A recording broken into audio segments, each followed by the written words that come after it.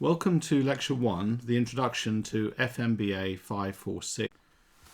In thinking about M&A, I think the first question has to be, so this is the programme for the 6 lectures. In Lecture 1, we'll talk about how to think about M&A, and we'll discuss issues such as is M&A important and who is it important to, and why should we spend time studying it. In Lecture 2, we will look at the broad context that surrounds mergers and acquisitions. So in particular, the macro context, such as national policies, institutional constraints, but also looking at the industry context within which these deals can take place. And the important point here, of course, is that context influences M&A. Lecture 3 is looking at the strategy of M&A, specifically from the point of view of the acquirer.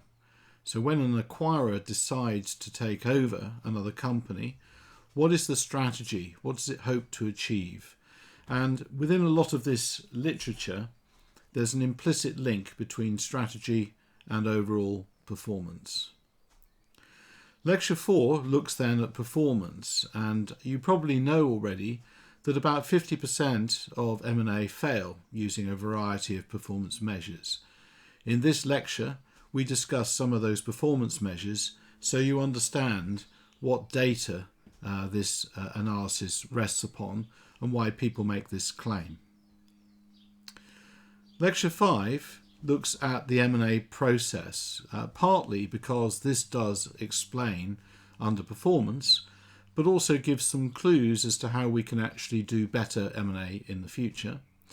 And Lecture 6 looks at post-acquisition integration, which is the phase where value is either created or destroyed. And again, there are quite a few lessons here as to how we can do M&A better and improve our performance outcome. At the end of that lecture, I also try to give you an integrated model of M&A performance. So it's not just simply about get the right strategy and you'll get a good result, but trying to let you realise that there are many other variables that are important to consider if you wish to get a positive outcome.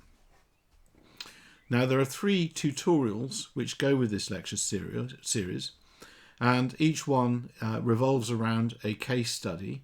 You do need to read the case study and prepare the case study before we have the tutorial, otherwise you won't get the most out of the discussion. Tutorial 1 is called Changing the Face of Industry, and it looks at a fairly famous acquisition of a supermarket in the UK. And it was interesting because all of the competitors made a bid for the same supermarket, as well as some acquirers or potential acquirers from outside the industry. And so we can discuss their motivations, we can discuss why one firm won the battle and perhaps the others lost, and we can even look a little bit at the implications for performance afterwards. Tutorial 2 looks at a contested bid. Now what this means is that you have more than one bidder for the same company. So we did have that in tutorial 1, but here we're going to focus on it a bit more closely. And trying to work out between 2 major bidders which one won the deal and explain why they won it, and again what the implications are for post-acquisition management and overall success. And in that tutorial you might want to look at the internet to get some extra information on the deal. And the final tutorial, tutorial 3, is called the Sydney Chainsaw Massacre. And although we do talk a little bit about the strategy behind the deal, here we focus much more on the post-acquisition integration phase to try and understand why value was destroyed, and also to consider how value could have been improved afterwards through different management. So these 3 tutorials, I hope, take you through the process from the context to strategies, through process, and finally through post-acquisition integration and performance. Now, should you have any time, there are some other short cases which are included below, which you may find interesting. So, for instance, the first one, to deal or not to deal, is about acquisitions by Google, now called Alphabet, and you might be interested from a more high-tech point of view. The second one, about future-proofing business, is about Sainsbury's, the UK supermarket, taking over a business in quite a different sector in order to reorient themselves to what they see as a new future. This is a very controversial deal, but it does raise questions about how, for instance, engaging more and differently with the internet can change your business model. And then finally, TopNet is a case that I wrote with a colleague of mine, Professor Yanis Thanos and Maha Chayeb at the school, on a Tunisian acquisition where TopNet was acquired by a national telecom operator because it was successful and because the national operator wanted to get into a more new way, if you like, of telecommunications. If you have time, you may find that interesting to look at, and I think it brings out many of the elements of the lecture series.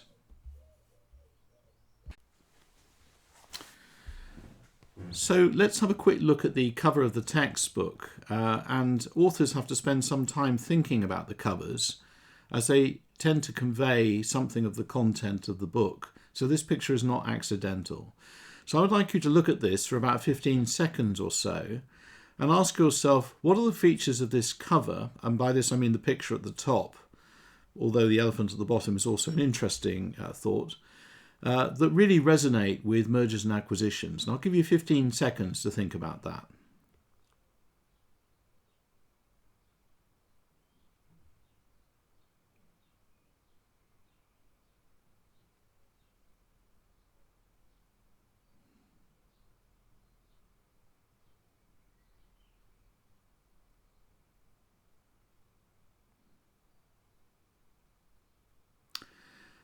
Now, I imagine most of you would have realised, of course, that an acquisition or a merger is the coming together of two organisations. And so, rather like the picture, we have two streams coming together, blending together and flowing in a uniform direction towards an outcome. And here we have a large sea in the distance, which I think you would agree is an optimistic outcome. So the merger is designed to have an improved future state. By putting the two organisations together they can do more than perhaps they could singly. And right in the distance you might see an horizon. I think the first question is that a sun rising in the spirit of optimism, or is it in fact a sun setting? It could actually be going the wrong way.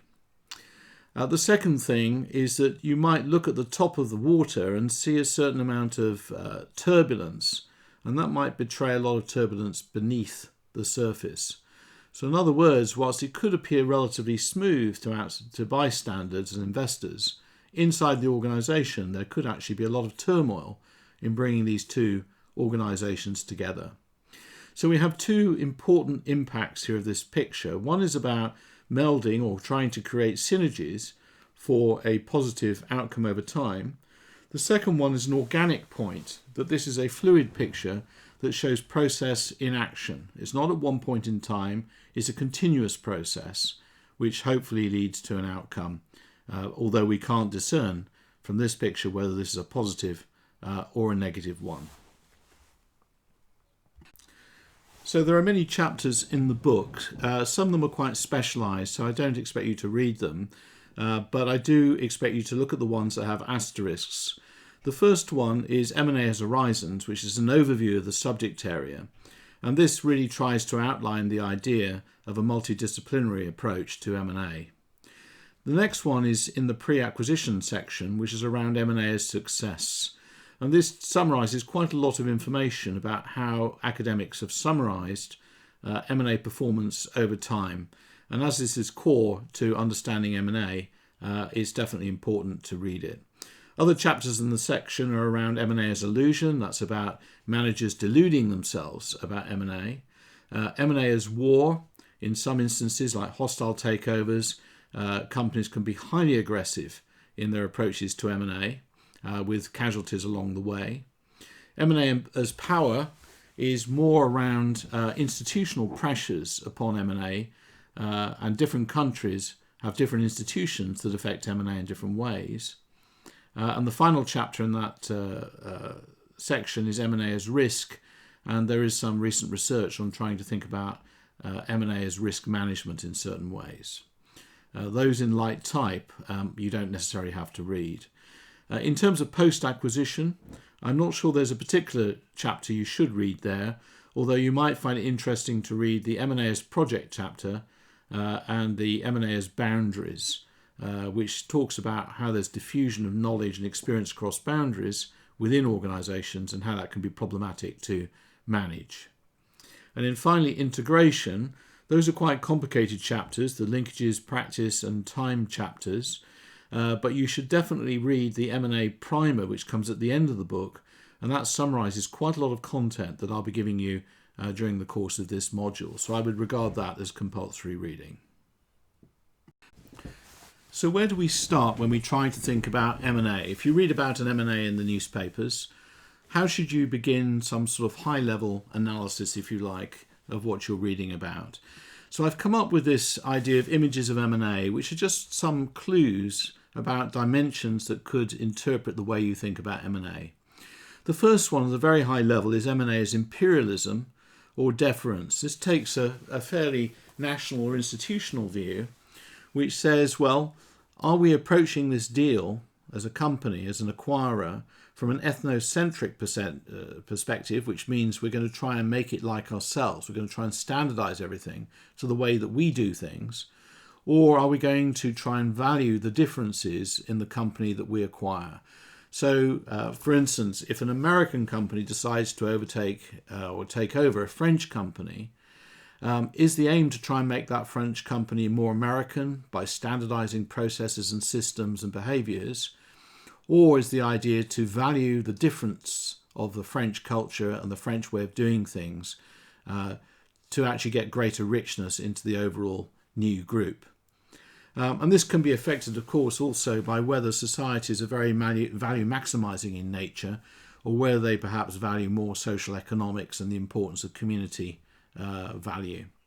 So on the right-hand side there, I see that as a national and institutional level difference that's worth bearing in mind. The second one is around whether or not the M&A is a form of warfare or peaceful cooperation. Now, warfare could be very much about beating down the management team of the target company and imposing your own will and control, a battle with winners and losers, highly aggressive. Or it could be peaceful, it could be a form of cooperation, where you try to work hand in hand with the management of the target company in order to come up with a mutually advantageous sort of deal. Now, there's a tendency to think about acquisitions as battles with winners and losers, and for mergers to be about cooperation. But let me tell you that this is completely wrong. Acquisitions can be both aggressive, as in hostile takeovers, but also peaceful, and most of them are in fact peaceful. So don't think that warfare or hostile takeovers are only what acquisitions are about. Most acquisitions, in fact, are really quite peaceful in those terms. On the other hand, mergers might appear to be cooperative, but actually can be extremely aggressive once the deal is concluded, as top management teams fight for control. So don't think for a minute that mergers are going to be happy and friendly, although it has to be said that companies do use the term merger to give that illusion. They can also be extremely painful. Taking a more high-level view, if you look over to the right-hand side, what we're focusing on here is what you might call the industry competitor level, or if you like, the dyadic relationship between the two companies involved in the deal. The third level is about how value is created from doing the deal. And the important dyadic here is between exploitation and exploration. So exploitation is about efficiency gains, is about capturing value, often getting rid of surplus and duplication, versus exploration, which is about trying to learn things and gain new insights, maybe new technology and new ideas. And these two are quite hard to put together in any sort of deal. In other words, companies do better if they either go for exploitation approaches where they capture value, or they go for exploration. Trying to meld the two together often doesn't work too well. Looking over to the right-hand side, this is an organisational level consideration about how we bring the two companies together. And then finally, in this simple high-level approach, we have M&A as ego or altruism, which is where we're looking specifically at the top management team and, of course, at the chief executives of both companies. Are they doing this for their own benefit, what we might call an agency problem, which may be more about their own ego, their hubris, if you like, their arrogance, their wish to improve their own situation personally? Or are they doing it for the good of the company, for their employees, what you might call altruism, for which we have the term stewardship? So we might have a serious agency problem at the top, at the CEO, or we might have a stewardship situation. So we're focusing attention here on the right-hand side at the top executive level. And as these are the people who will ultimately negotiate the deal and will ultimately sign the contracts, we do have to remember what's in it for the CEOs, because they can really make a difference. So we have our 4 levels, which you ought to bear in mind looking at any deal, and it might give you some ideas about what we might expect in terms of how they should be managed, how they will be managed, and what the outcomes in terms of performance might be. So let's start with the basics, what we call a dyadic view of mergers and acquisitions. And I have to say that this is predominantly the view taken in all mergers and acquisitions textbooks, looking at the interaction between company A and company B. It does not take into account multiple companies. So first of all, on the left-hand side of the slide, you can see company A and B come together so that company A takes over or acquires company B to create an enlarged company A. And company B, if you like, is swallowed within A. And if it's a listed company, we'll probably find that its shares are cancelled. Even the company name may disappear unless it has a real brand value. Often it's the product brand levels which are kept, not the company brand names. And company A, the enlarged company A, goes forward with its own strategic goals. In an acquisition, generally speaking, company A is dominant throughout, but we'll talk a little bit more later about how much scope or influence company B might have. On the right hand side of the slide, we have again our company A and B, but here they're going to merge together into a new company called company C. The important point here is that neither company A nor company B are dominant, at least that's the theory, and they should work together to try and create single coherent goals for the new company C. In both cases, again, if they're listed, shares will be cancelled and new shares will be issued, but often what you find is that they combine the names of company A and company B to create the new merger name. So for instance, when Price Waterhouse, the accounting and consulting company, merged with Coopers & Lybrand, they merged to form PwC.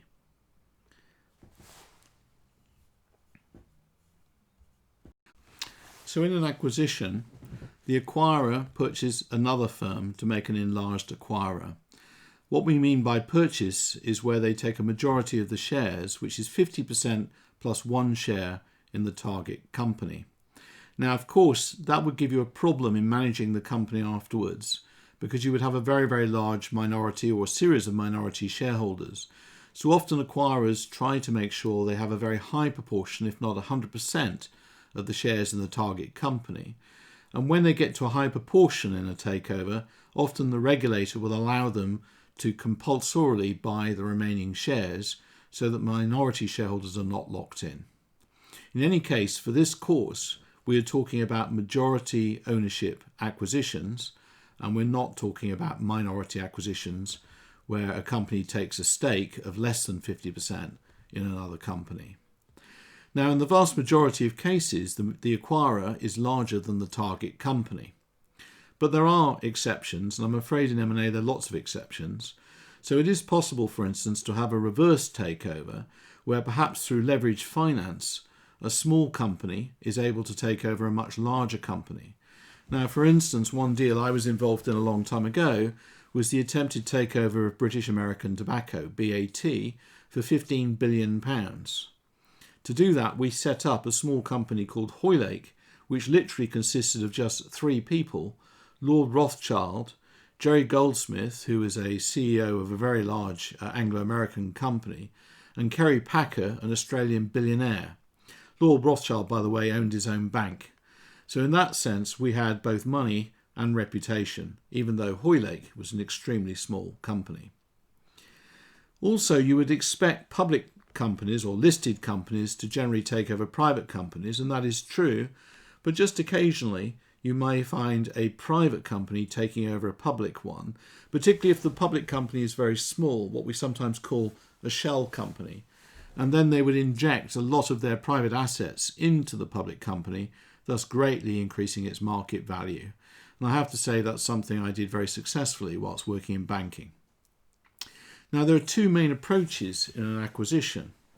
The first one is friendly, which is where the target company management approve the offer by the acquirer to their shareholders. So the target company management say to their shareholders that they recommend the deal and that the shareholders should sell to the acquirer shareholders. This is a friendly deal. However, in a hostile deal, the target management does not and never will approve the offer of acquiring shareholders and will fight bitterly to keep their companies. And often, if you've seen any of the movies about hostile takeovers, this is where a lot of the shady dealings and dirty tricks come in terms of what companies do to try and survive a hostile deal. Now, when an acquirer makes an approach or a bid for a target company, if the target company management turns around and says, no, we don't want to accept the bid, do you think that's a hostile deal or a friendly deal?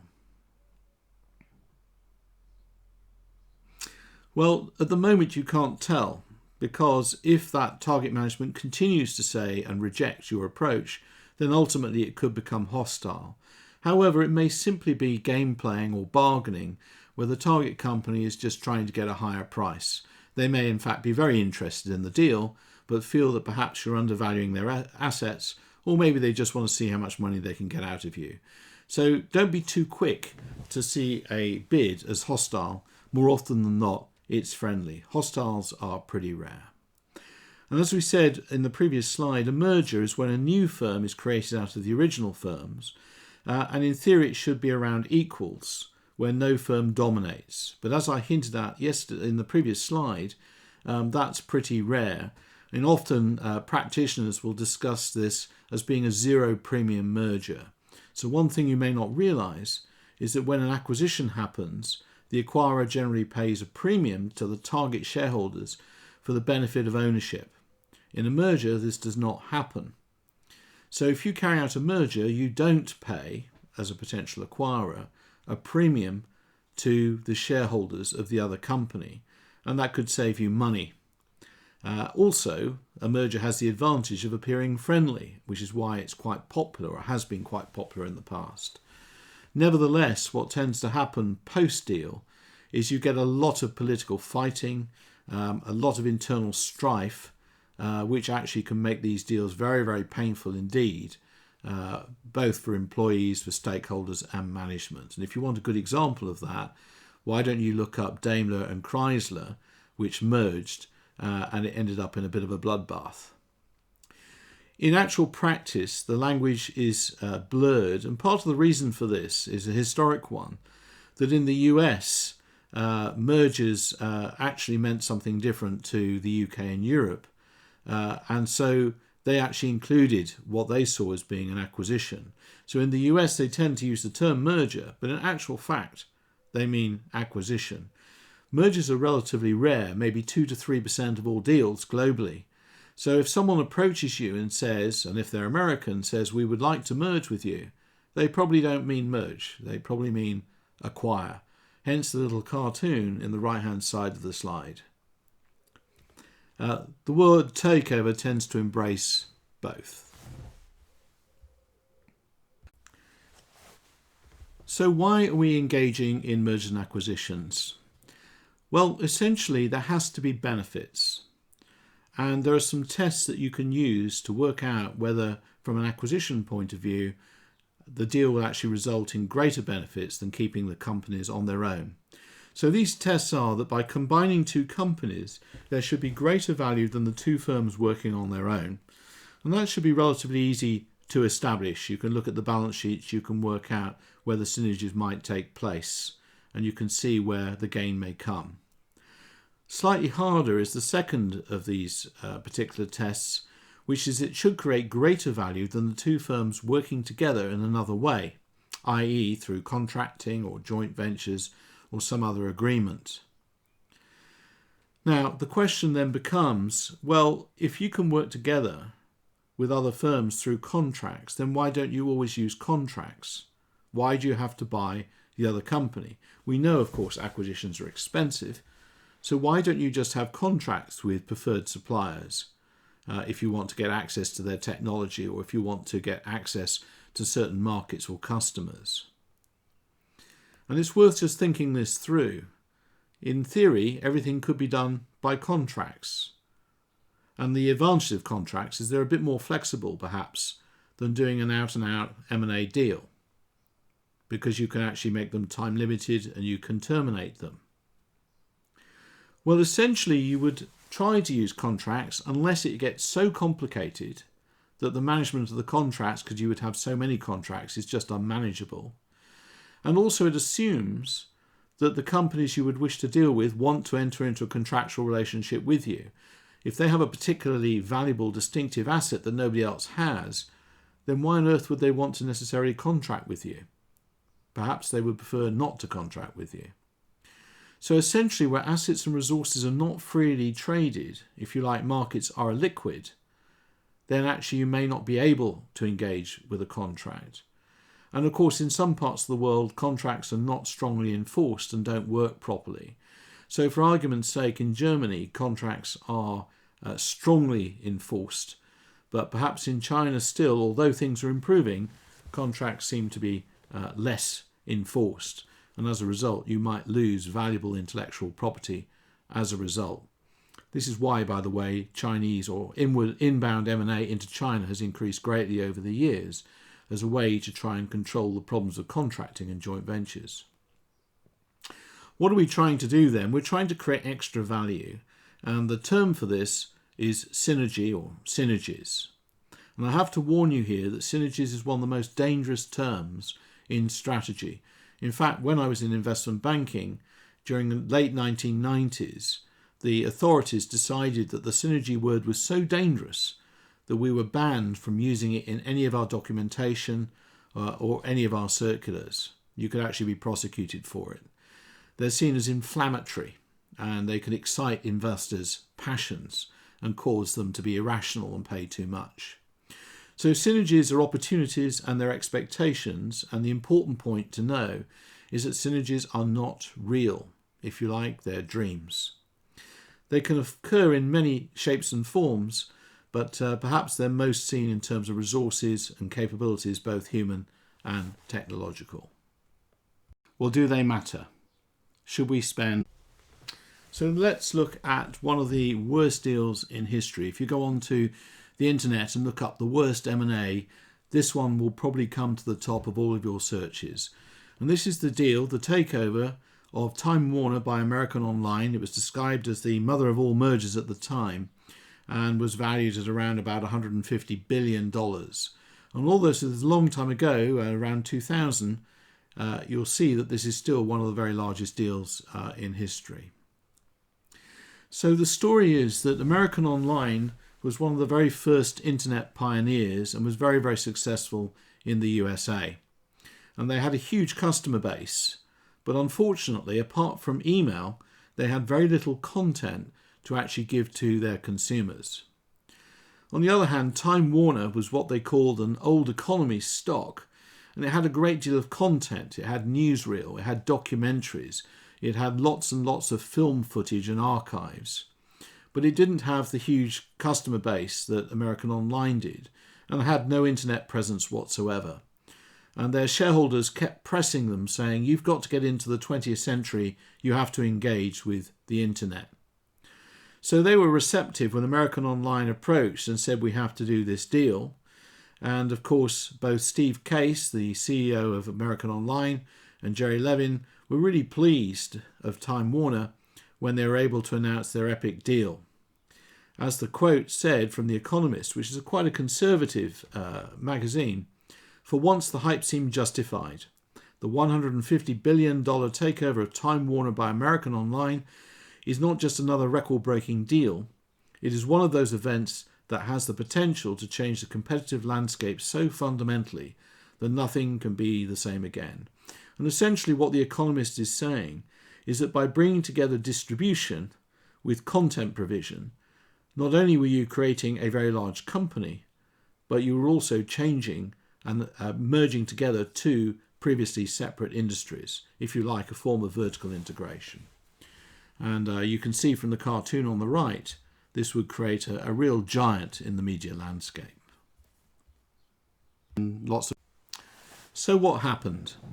Well, very quickly, this mega deal lost its magic. As the quote says, only 6 months ago, the merger of American Online and Time Warner was reshaping the media industry. Then the talk was all about harnessing the dynamism of the internet and the entrepreneurial spirit of the geeks from AOL to revitalise the rather frumpy old media assets of Time Warner. Synergy was the buzzword.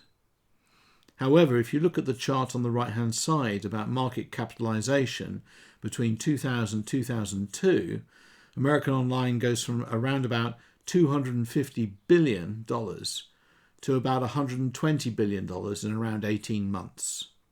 That loss of value is one of the greatest losses of value in M&A in history, and in fact is a greater loss of value than American Online's capitalisation before the deal. It's a total value destruction deal. And that led to one newspaper putting the headline out, "Buy Time Warner and getting American Online for free." This is one of the largest value destructions ever. Time, and in fact an entire module. So how do we make sense of this disaster? Well, maybe before you click on the slide here, you can already think through some answers. Even if you don't know much about the industry itself, you might be able to guess what some of the reasons for the disaster were. However, I will take you through a solution. And what you might do is think through those 4 levels I gave you at the beginning of the lecture.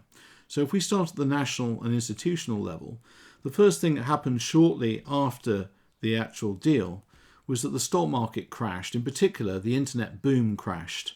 And so if you look at the previous chart, you'll see that American Online's shares obviously fell, but so did Yahoo's, which fell 90% in value. So that was a problem of the tech boom crashing.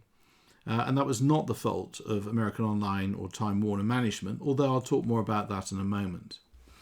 Another problem, and this relates back to the cartoon picture on the previous slide before the chart, you see the spaceship, if you like, looming above the American consumer who's saying, "Get my gun, Mildred."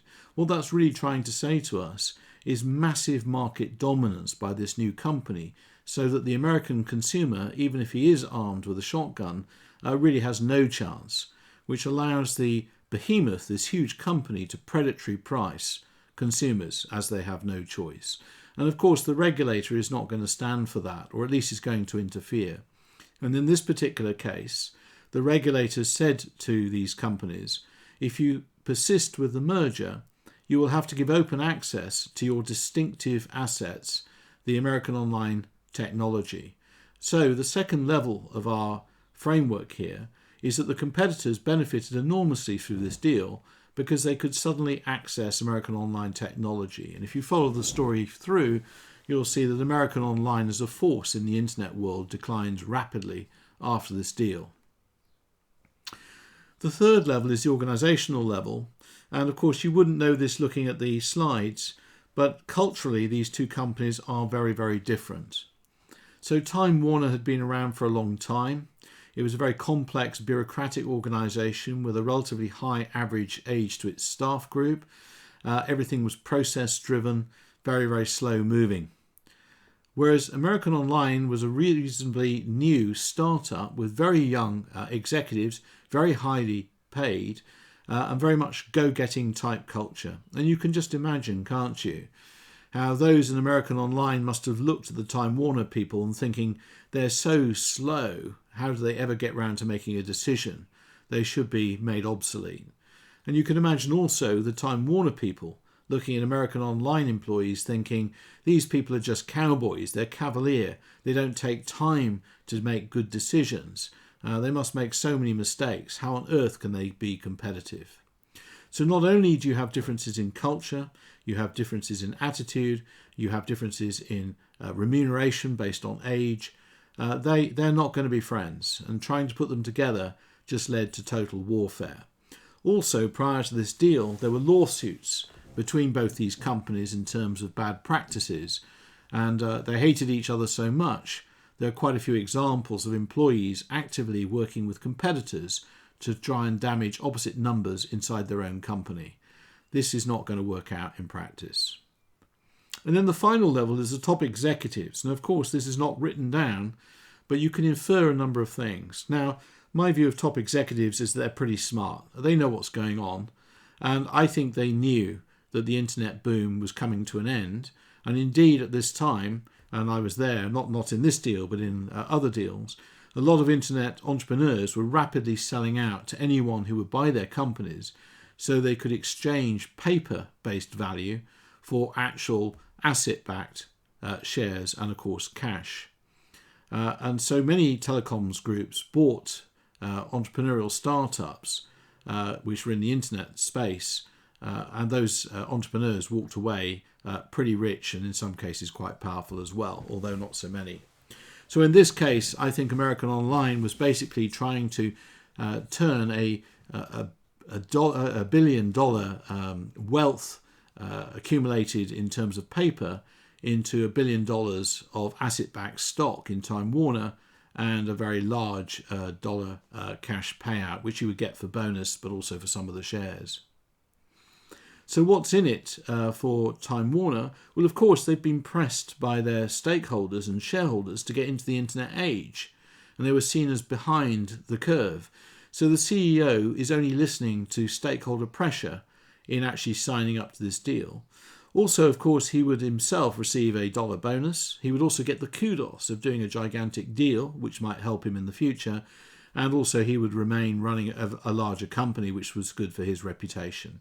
So the top executives benefited, and maybe, just my interpretation, this is why they chose to overlook the constraints that were imposed upon them by the regulator, and why they basically gave away their critical, unique assets. So this concludes the first lecture. And what are the takeaways? Well, first of all, M&A is a complex phenomenon that necessitates a multidisciplinary approach. I think what you often find is that when you pick up a book on M&A or even go on M&A courses, you'll find they're in fact a finance course or a law course. And also in terms of research, most of it is still done in a disciplinary silo, again from finance perspective, economics, HR, and so on. I really don't think you can understand M&A unless you look at multiple disciplines.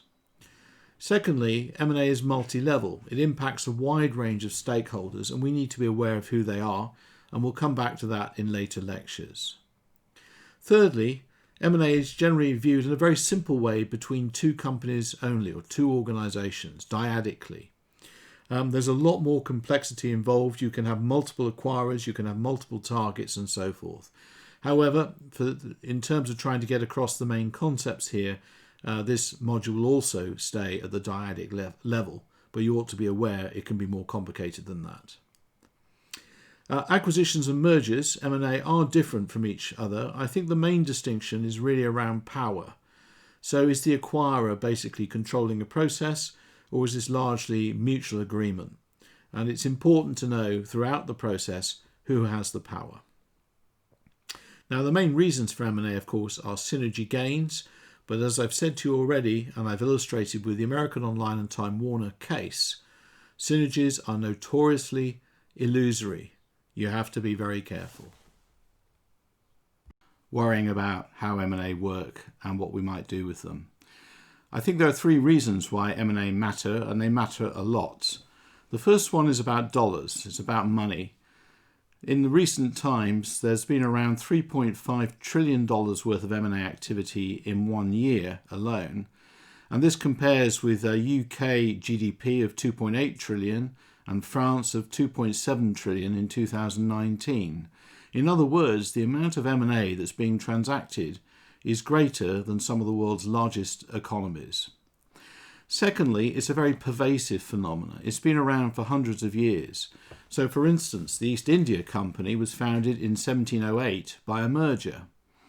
And in the US, the first merger wave, which means a significant number of M&A happening simultaneously, was in 1897. Now, some scholars would even say that mergers and acquisitions date back to Greek times, and some might even suggest back to Chinese distant history. But what is certain, it's been around a long time, and there's very few suggestions that it won't continue going forwards. And the third reason is really a large stakeholder effect, if you like, that M&A is embedded in a whole network of interconnections, which means that the effects of M&A are very, very widespread. They affect, obviously, the businesses that are concerned directly, but they also affect those industries in terms of affecting competitive dynamics. They affect local areas and regions. If they're large enough, they will affect national economies and also will affect national societies. And within the firms themselves, you have a whole wide range of stakeholders, including employees and management and so forth, who will also be directly affected. And none of this is to take into account some of the indirect effects that M&A also has. Now, I come at M&A from a background of practitioner experience with 9 years in investment banks and merchant banks and various commercial banks, where I transacted deals both in the UK, across Europe and globally, and also from an academic perspective, which is looking at some of the difficulties and problems that we have in transacting these deals. So it's a reasonable question to ask, why in fact did I leave an extremely well-paid job in which I was highly successful to come back into academia? I'm sure this is in your mind. Well, during my time transacting deals, I was looking back at the deals that had actually taken place over time, and you could think of them in simple terms as Rolls-Royce deals and kit car deals.